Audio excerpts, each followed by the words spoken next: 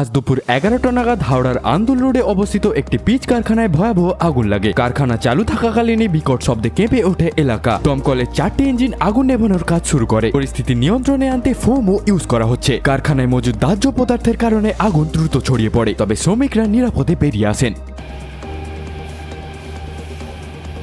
আগুন মোটামুটি কন্ট্রোলে আছে, আপনারাও দেখতে পাচ্ছেন। আর অন্য এক্সট্রা ফায়ার ইঞ্জিনস আসছে, খুব শীঘ্রই এটাকে আশা করি আমরা কন্ট্রোল হয়ে যাবে।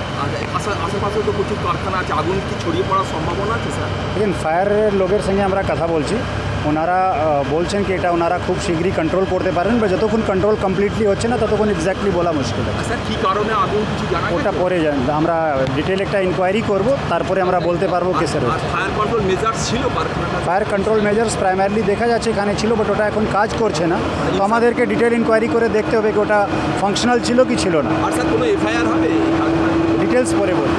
ঘটেছে 11টার দিকে আমাদের কাছে খবর আসে, যেখানে একটা পিচের গোডাউন বা বিটুইন কি আছে, পরে আমরা দেখছি ওখানে আগুন লাগে। আগুন লাগার খবর পেতে আমাদের আলমপুর থেকে হাওড়া থেকে সাথে সাথে 4খানা গাড়ি আমরা পাঠাই, এবং অফিসার এসে দেখে আগুনটা একটু বড় আছে, তাই আরও গাড়ি চাওয়া হয়েছিল। আমাদের 10টা গাড়ির মোটামুটি আমরা রিকোয়ারমেন্ট দিয়েছিলাম। তো গাড়ি 4টা ঢুকে গেছে, 2টো এখনই ঢুকবে, আর 4টা রাস্তায় আছে। আগুনটা মোটামুটি আয়ত্তের মধ্যে আমরা নিয়ে এসেছি। আগুনটা এখন আর বাড়বে না কোথাও। এবার আমরা যথেষ্ট ফোম ইউজ করছি, ফোম ইউজ করে এটাকে ড্যাম্পিং ডাউন করার চেষ্টা চলছে। এটা কি কেমিক্যাল ফায়ার স্যার? এটা দেখতে হবে, না দেখে বলা যাবে না। আগুন নেভানোর কোনো ব্যবস্থা আমরা আপাতত দেখছি না, কিছু এক্সটিংগুইশার ছিল। এখন জলের ট্যাঙ্ক আছে কিনা আমাদের দেখতে হবে দূরে গিয়ে। যে সময় আগুনটা লেগেছে এখানে কি কাজ চলছিল? নিশ্চয়ই কাজ করছিল কেউ, এখন জানি না, হঠাৎ কেউ নেই। কে ছিল না ছিল এখন কিচ্ছু বলতে পারবো না। আমরা আগুনটা নিভিয়ে নিলে আমরা ডিটেলসটা বলতে পারবো। আগুনের পরিস্থিতি এই মুহূর্তে আগুন অনেকটাই আয়ত্তে চলে আসছে, আর আমরা হয়তো আধা ঘন্টার মধ্যে আগুনটাকে পুরোই নিভিয়ে দেবো।